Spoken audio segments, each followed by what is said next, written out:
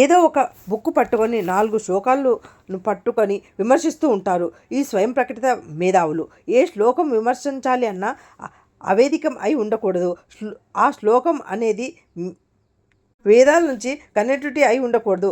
వేదాలు తెలియాలి అంటే ముందుగా సనాతన ధర్మం అంటే ఏమిటో తెలియాలి. స్మృతి, శృతి, పురాణము, ఇతిహాసము, ఆగమన సిద్ధాంతము అంటే దీనిలో స్మృతి అంటే 4 వేదాలు. ఋగ్వేదము, యజుర్వేదము, సామవేదము, అధర్మవేదము. అందులో ఒక వేదం చదువుకోవాలంటే 13 సంవత్సరాలు పడుతుంది. 4 వేదాలు చదువుకోవాలి అంటే 54 సంవత్సరాలు పడుతుంది. నైతిక బ్రహ్మచర్యంతో లేదా దీన్ని సపోర్టు చేసే వేదం చిచ్చ, వ్యాకరణము, ఛందస్సు, చిచ్చ, జ్యోతిషము, కల్పం అని 6 వేదాంగాలుగా తెలిసి ఉండాలి. లేదా దీన్ని సపోర్టు చేసే 4 ఉపవేదాలు అయి తెలిసి ఉండాలి. ఆయుర్వేదము, ధనుర్వేదము, గాంధర్వ వేదము, అర్థశాస్త్రము, మీకు 18 శృతులు తెలిసి ఉండాలి. 18 పురాణాలు తెలిసి ఉండాలి.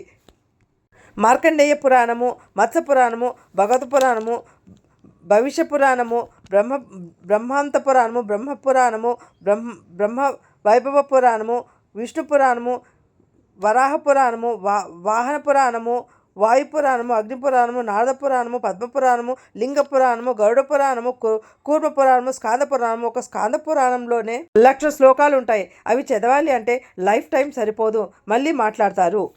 దానికి డైరెక్ట్గా మెసేజ్ ఉండదు. దాన్ని తెలుసుకోవాలి అంటే ఒక గురువు అవసరము. Without having knowledge and qualification how do you expect the rocket science? నువ్వు చదివి రీసెర్చ్ చేసి ప్రాక్టికల్గా ఇంప్లిమెంట్ చేసి రిజల్ట్ చూస్తే అప్పుడు నీకు అర్థమవుతుంది రాకెట్ సైన్స్ ఏంటో.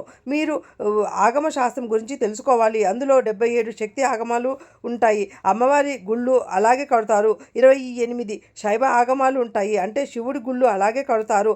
108 వైష్ణవ ఆగమాలు ఉంటాయి. అంటే విష్ణువుకు సంబంధించిన గుళ్ళు అన్నీ అలాగే కడతారు. అందుకే ప్రాకారాలు, శిల్పము, గోపురము, ధ్వజస్తంభము, బలిపీఠము, మూల విరాటు,